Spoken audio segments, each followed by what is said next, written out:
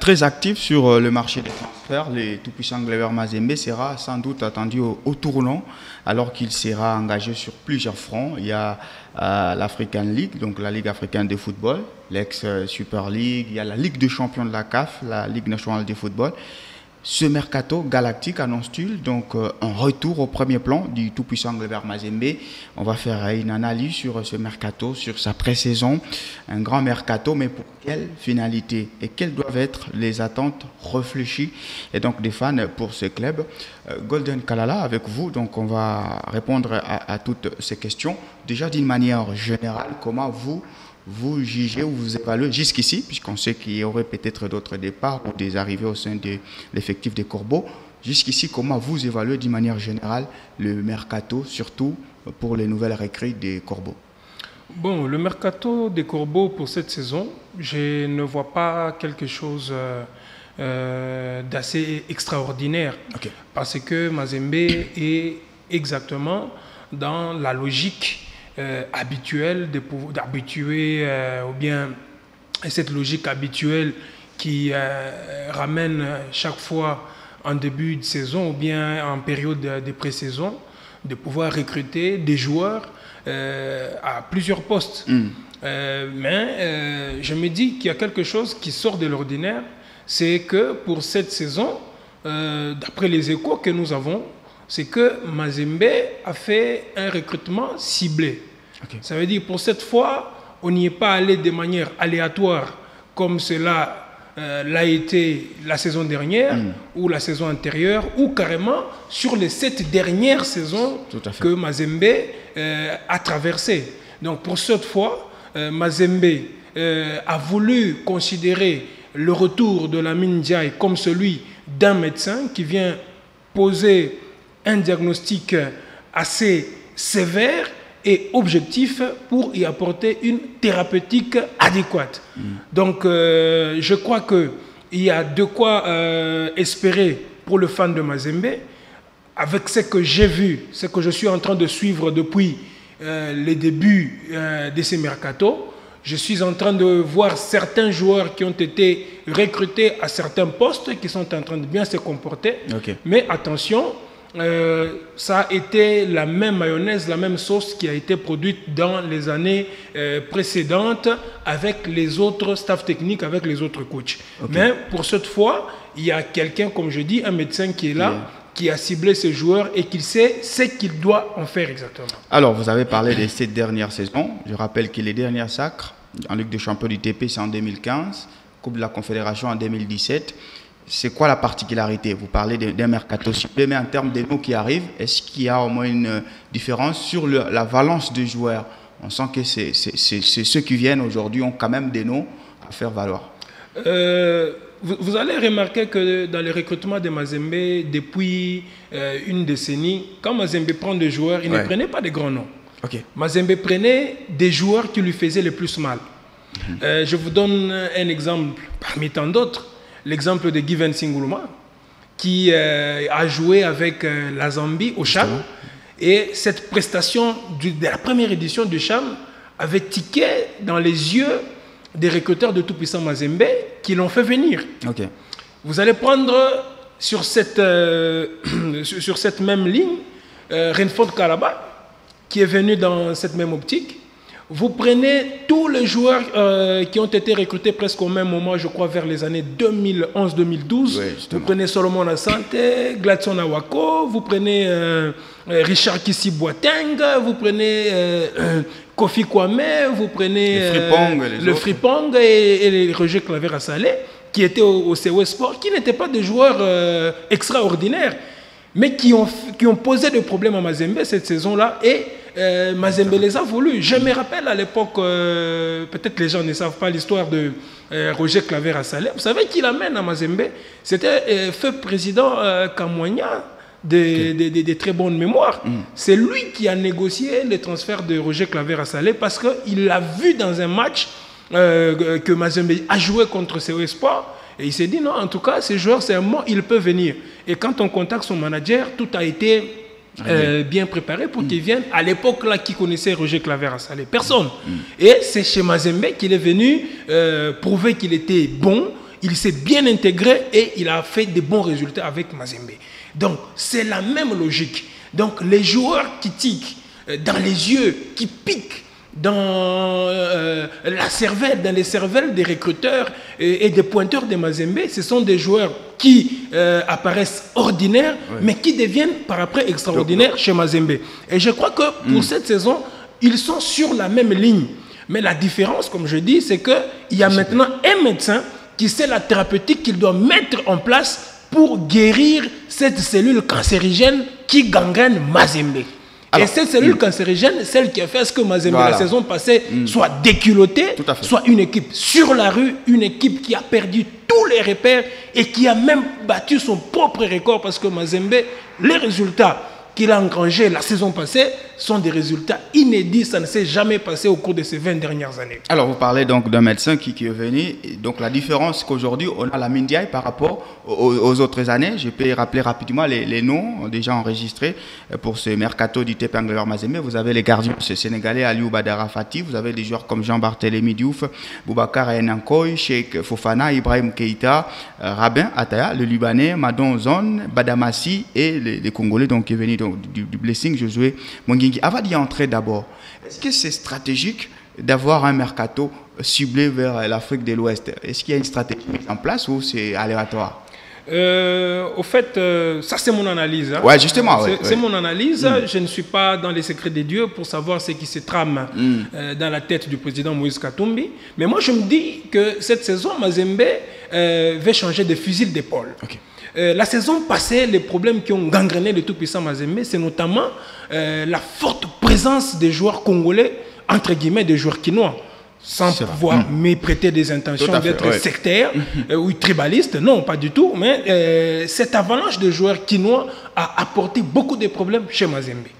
Alors, en faisant une petite analyse rétrospective, il vous souviendra que Mazembe a connu moins de problèmes dans les vestiaires lorsqu'il y avait assez d'étrangers.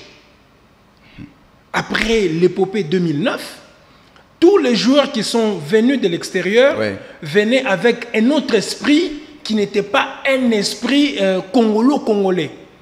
Et fort malheureusement, quand on essaie de joindre cet esprit à la quinoiserie que nous décrions tous les jours, en fait, vous avez une équipe qui est truffée des problèmes dans des vestiaires que vous ne savez peut-être pas résoudre. Et je crois que c'est dans cette optique-là que le tout-puissant Mazembe, en faisant revenir Lamine Ndiaye, en lui donnant un nouveau projet, lui a demandé de pouvoir pointer ses joueurs. Ah oui. C'est ce que le coach est en train de faire. Donc c'est mercato du coach. C'est le mercato du coach. La majorité des joueurs qui viennent chez Mazembe, pour le moment, sont des joueurs qui ont été pointés par les coachs et ce sont des joueurs qui sont voulus par les coachs et son staff technique. C'est vrai, à quelques petites exceptions, il y a certains joueurs qui ne sont pas dans l'effectif de Mazembe, bien entendu, parce qu'ils ont été courtisés ailleurs et d'autres clubs avaient déjà pris de l'avance sur Mazembe.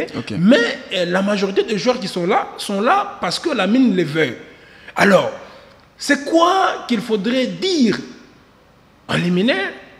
C'est que le tout-puissant Mazembe ne veut plus patauger dans la boue. Les problèmes qu'il y a eu la saison passée sont des problèmes extrêmement graves. Et ces problèmes, dans d'autres clubs, peuvent pousser à la disparition ou même à la dislocation des clubs si vous n'avez pas assez d'énergie et de ressources pour le solutionner et pouvoir détecter là où, ou bien détecter la partie du système ou bien l'élément du système qui fait que l'engrenage ne puisse pas aller de manière normative.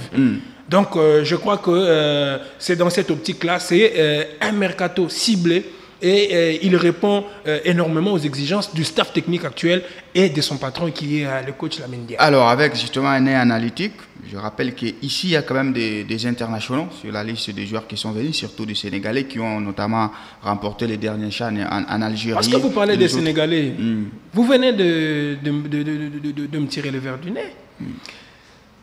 Vous allez vous rappeler que le Sénégal, en Champions League ou bien en compétition africaine interclub, il n'y a pas de clubs sénégalais qui sont forts ou qui font des prouesses. Regardez même au cours des 10 dernières années. Prenez même 15 ou 20. Il n'y a pas eu de clubs sénégalais qui ont fait bonne figure justement en Ligue africaine interclub. La saison dernière, par exemple, c'est Mais vous allez comprendre que les Sénégalais ne forment pas pour l'Afrique.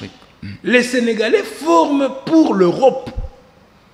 Alors, il faudrait cette fois-là réfléchir. Qu'est-ce qui fait à ce que ces joueurs qui ont été formés au Sénégal, normalement et tout naturellement pour l'Europe, changent tout subitement de destination et ils préfèrent venir vers le sud ou le centre de l'Afrique.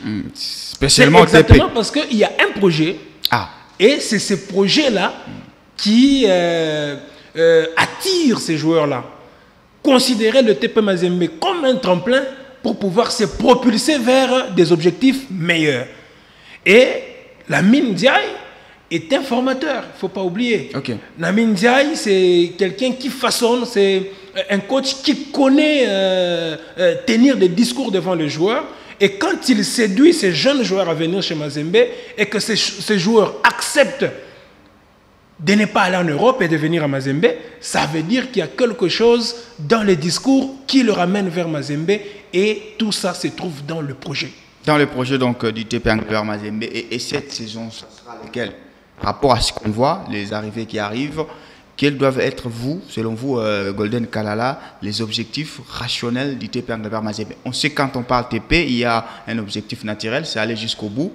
Mais avec un œil analytique, vous savez qu'on a renforcé l'effectif. On peut s'attendre à quel TP Englebert Mazembe? Bon, moi je ne voudrais pas me comporter en prophète. Tout à fait. Comme notre pays est plein de prophètes. Je ne suis pas un prophète. Mais un analyste, c'est un analyste seulement. Ouais. Pour mieux poser mes analyses, je préfère mieux jouer à la prudence. Il y a un problème au niveau du tout-puissant Mazembe qui doit être solutionné. Et ça, nous devons le voir. Ce problème, c'est celui de l'intégration des joueurs. La plupart des joueurs qui ont été recrutés dans les années précédentes n'étaient pas si mauvais que ça.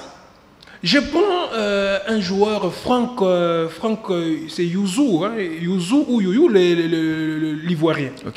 Excusez-moi du peu, hein, son nom m'échappe un peu, mais c'est quoi? C'est Franck Zouzou ou Youyou. Cette saison, avec ASF, c'est quoi? C'est le club ivoirien là où il joue là. Le nom va revenir. On va revenir, justement. Il a été très étincelant. Pendant que chez Mazembe, il avait échoué son intégration. Donc même les joueurs qui viennent doivent casser et briser ces mythes-là. Réussir l'intégration chez Mazembe est déjà devenu le problème de plusieurs talents. Tout à fait. S'il y a des Solomon Asante, s'il y a de Kabaso Chongo, s'il y a de Kofi Kwame, s'il y a je sais pas moi, de Richard Kissi Boateng, de Fripong qui ont réussi leur intégration, et il y a eu également des JJ qui ont échoué. Il y a eu également le joueur qui est parti chez Simba ici, Otos Jean Baleke, qui ont échoué. Et ceux qui ont échoué sont beaucoup sur... ça doit être plus de 60 joueurs qui ont échoué lamentablement. Mais c'est un problème d'intégration. C'est un problème d'intégration. C'est le club qui est trop grand ou ce sont les... C'est exactement. C'est exactement quand vous êtes trop petit et qu'on vous demande d'enfiler une culotte qui est plus grande, vous ne saurez pas marcher. Alors, je me dis, par rapport au projet qu'il y a et au discours du coach Lamine, les joueurs doivent comprendre que Mazembe, c'est un club comme tous les autres, juste parce que le comportement qu'il y a au Mazembe, c'est un comportement qu'on trouve presque dans tous les clubs. Et même les objectifs de Mazembe sont les objectifs de plusieurs clubs où ils pouvaient se retrouver.